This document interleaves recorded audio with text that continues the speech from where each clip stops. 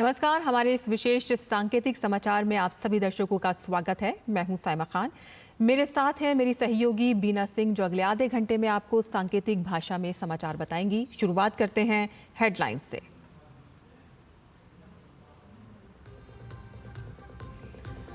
भारत और न्यूजीलैंड के बीच रक्षा और शिक्षा सहयोग समेत 6 समझौतों पर करार। दोनों देशों के प्रधानमंत्रियों ने आतंकवाद के खिलाफ मिलकर लड़ने की प्रतिबद्धता दोहराई। समृद्ध, स्वतंत्र और सुरक्षित हिंद प्रशांत क्षेत्र पर दिया जोर।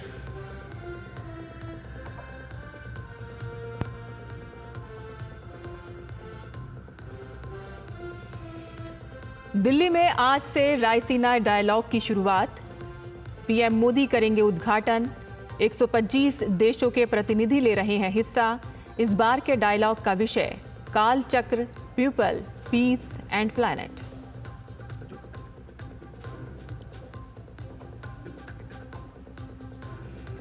राज्यसभा में रेल मंत्री अश्वनी वैष्णव ने रेल मंत्रालय के अनुदान मांग पर चर्चा का दिया जवाब। कहा कि यात्रियों के ट्रांसपोर्टेशन पर 57,000 करोड़ की सब्सिडी देती है सरकार।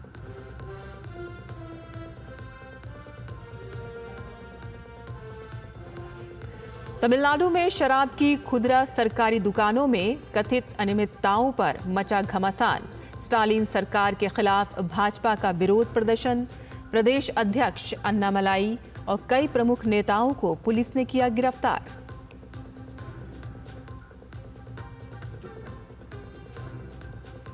कर्नाटक सरकार द्वारा सरकारी ठेकों में मुसलमानों को 4% आरक्षण को लेकर भाजपा हमलावर। भाजपा सांसद तेजस्वी सूर्या ने कहा कि धर्म के आधार पर आरक्षण पूरी तरह से असंवैधानिक।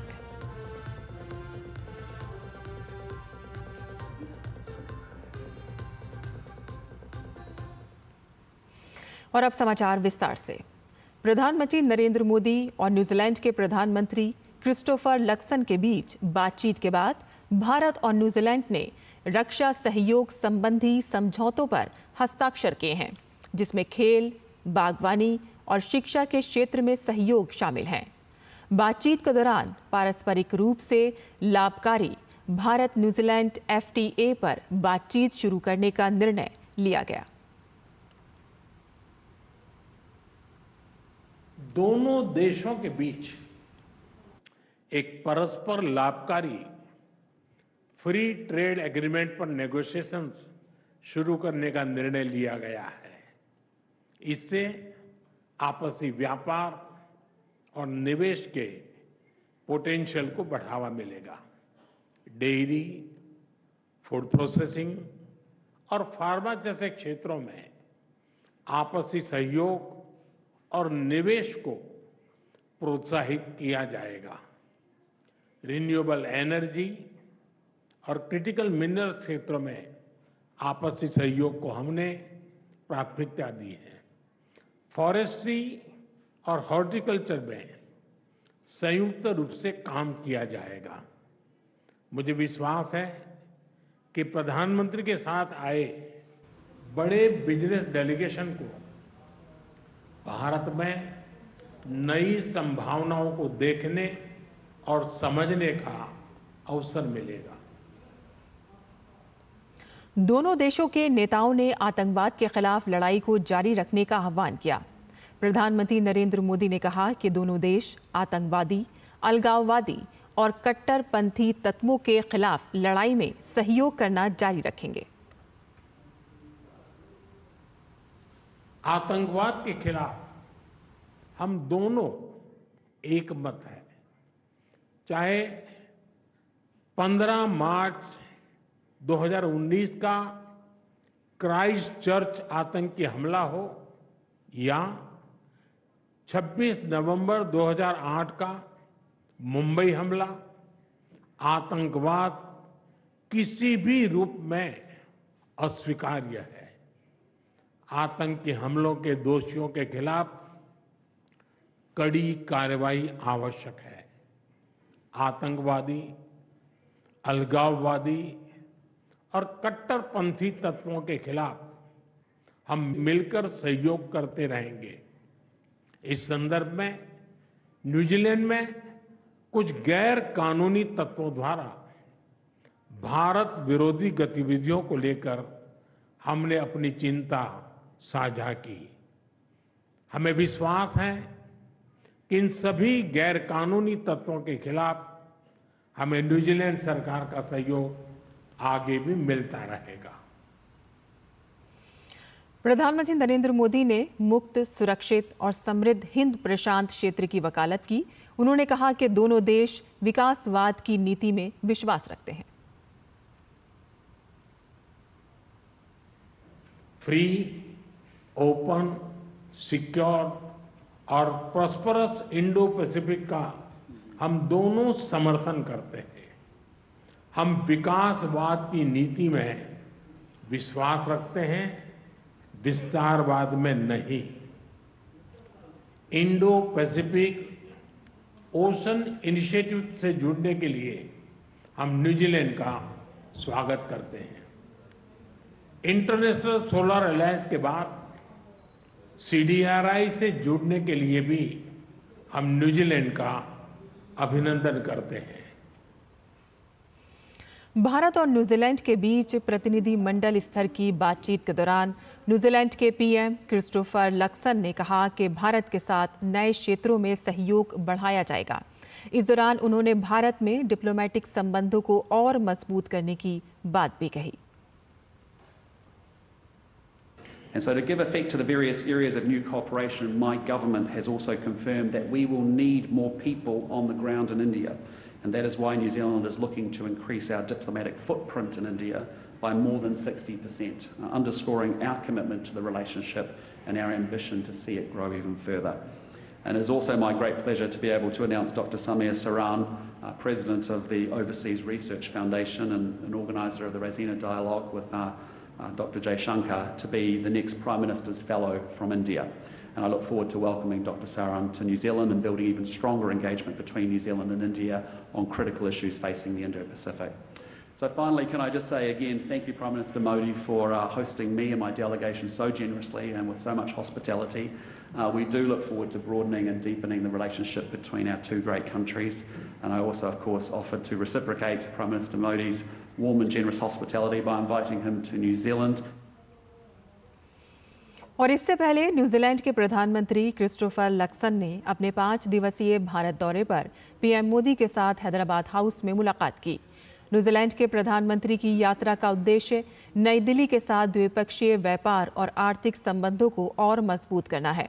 गौरतलब है कि न्यूजीलैंड की संस्कृति, शिक्षा, व्यवसाय और उद्यमिता में भारतीय प्रवासियों का व्यापक योगदान है।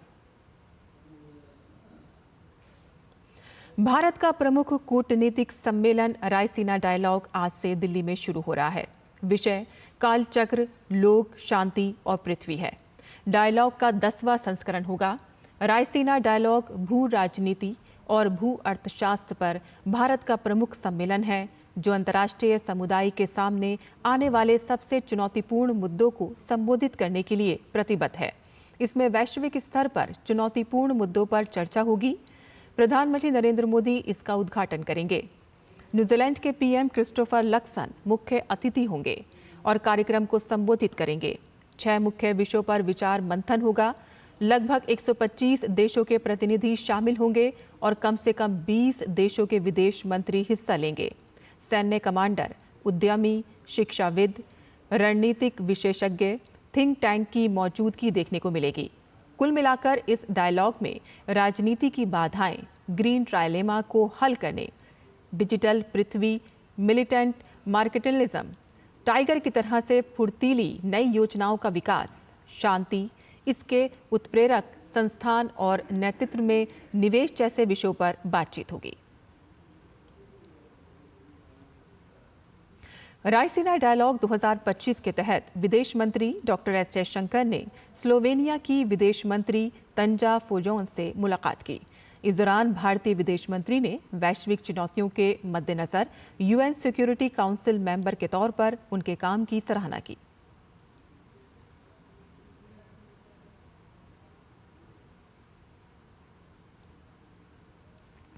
एस जयशंकर ने स्वीडन की विदेश मंत्री मारिया एम स्ट्रेनगार्ड से भी मुलाकात की और यूरोपीय यूनियन के साथ भारत के संबंधों को और मजबूत करने के लिए चर्चा की। रक्षा मंत्री राजनाथ सिंह ने सोमवार को नई दिल्ली में संयुक्त राज्य अमेरिका की राष्ट्रीय खुफिया निदेशक तुलसी गबार्ड के साथ एक सार्थक बैठक की। दोनों नेताओं ने इस बात पर जोर दिया कि सामरिक सुरक्षा दोनों के देशों के बीच व्यापक वैश्विक सामरिक सहयोग का एक महत्वपूर्ण स्तंभ बनी हुई है। राजनाथ सिंह और तुलसी गबार्ड ने भारत और अमेरिका के बीच सैन्य अभ्यास, सामरिक सहयोग, रक्षा औद्योगिक आपूर्ति श्रृंखलाओं के एकीकरण और सूचना साझाकरण सहयोग सहित कई अहम मुद्दों पर समीक्षा की। बैठक में दोनों नेताओं ने अत्याधुनिक रक्षा नवाचार में सहयोग के लिए संभावनाएं तलाशी, जो पारस्परिक सामरिक हितों को आगे बढ़ाने के लिए उनकी साझी प्रतिबद्धता को दर्शाता है। और इसके अतिरिक्त उन्होंने अंतर संचालन को बढ़ाने और रक्षा औद्योगिक आपूर्ति एकीकरण को बढ़ावा देने जैसे प्रमुख क्षेत्रों पर भी चर्चा की। रक्षा मंत्री ने भारतीय संस्कृति और विरासत के प्रति उनकी दृढ़ सद्भावना और प्रशंसा के लिए अमेरिकी राष्ट्रीय खुफिया निदेशक के प्रति आभार व्यक्त किया और कहा कि ऐसी भावनाएं भारत और अमेरिका के बीच मित्रता के बंधन को और गहरा करती हैं।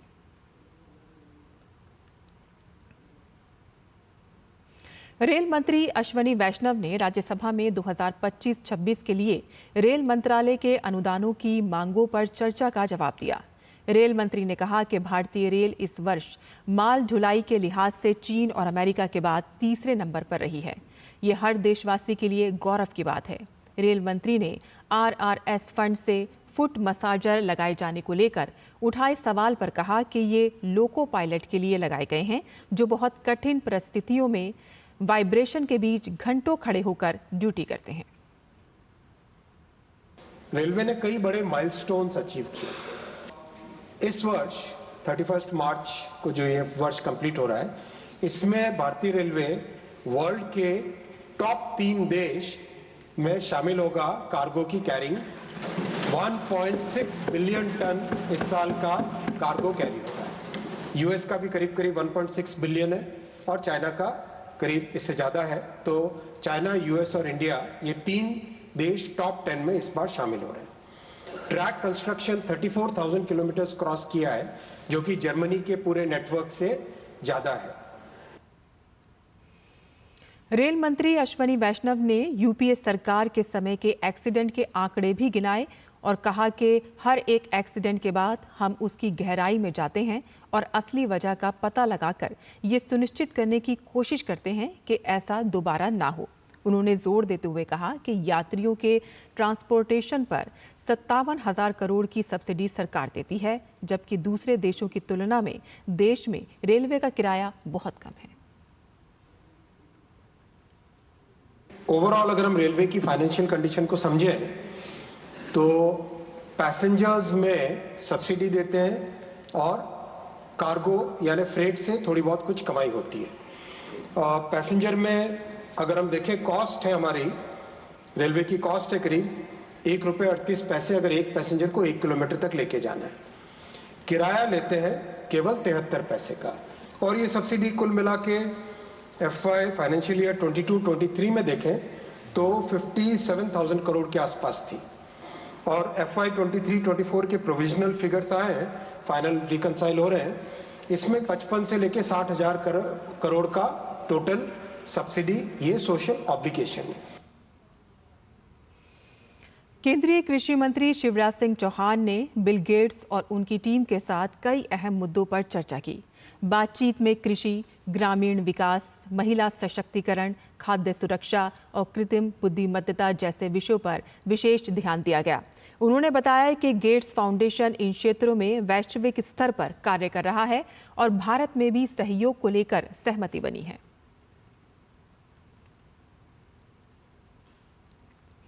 लोकसभा अध्यक्ष ओम बिरला ने आज वियतनामी संसदीय प्रतिनिधिमंडल से संसद भवन में मुलाकात की। वियतनाम की नेशनल असेंबली के वाइस चेयरमैन युगेन डुक हाई के नेतृत्व में वियतनामी संसदीय शिष्टमंडल इस समय भारत के दौरे पर है। ओम बिरला ने वियतनामी शिष्टमंडल को भारत की संसद की कार्यप्रणाली और बजट सत्र के बारे में जानकारी दी। मुलाकात के दौरान लोकसभा अध्यक्ष ने भारत की संसद द्वारा अपनाए जा रहे नवाचारों और अत्याधुनिक तकनीक के बारे में बताया। इस मौके पर ओम बिरला ने भारत द्वारा जल्द ही भारत वियतनाम फ्रेंडशिप ग्रुप के गठन करने की बात भी कही। भारत और वियतनाम के बीच राजनयिक संबंधों की 50वीं वर्षगांठ पर 2022 में ओम बिरला ने वियतनाम का दौरा किया था। और यहाँ बुलेटिन में फिलहाल हम लेते हैं एक छोटा सा ब्रेक। आप देखते रहिए डीडी न्यूज़।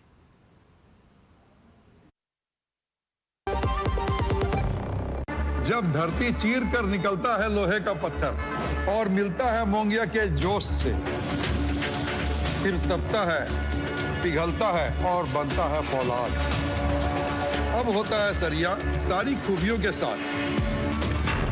मोंगिया स्टील, मजबूत देश का मजबूत सरिया। जो लक्ष्य चुना था समझ आने लगा है।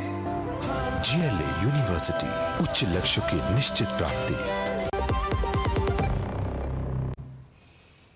ब्रेक के बाद आपका फिर से स्वागत है।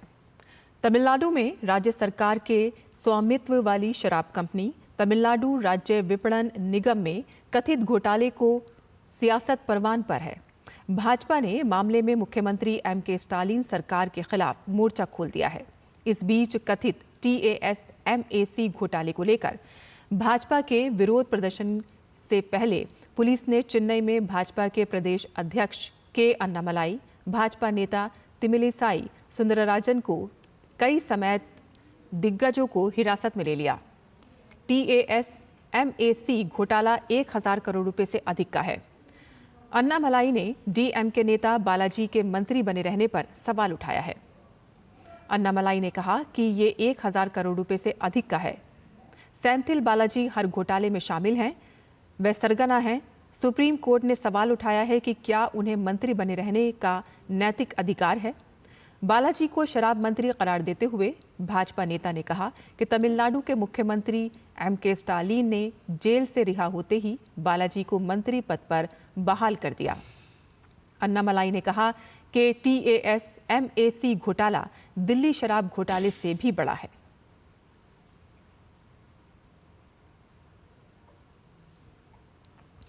कर्नाटक सरकार द्वारा ठेके में मुसलमानों को 4% आरक्षण को लेकर भाजपा लगातार हमलावर है। भाजपा सांसद तेजस्वी सूर्या ने बीजेपी धर्म के आधार पर आरक्षण को पूरी तरह से असंवैधानिक बताया।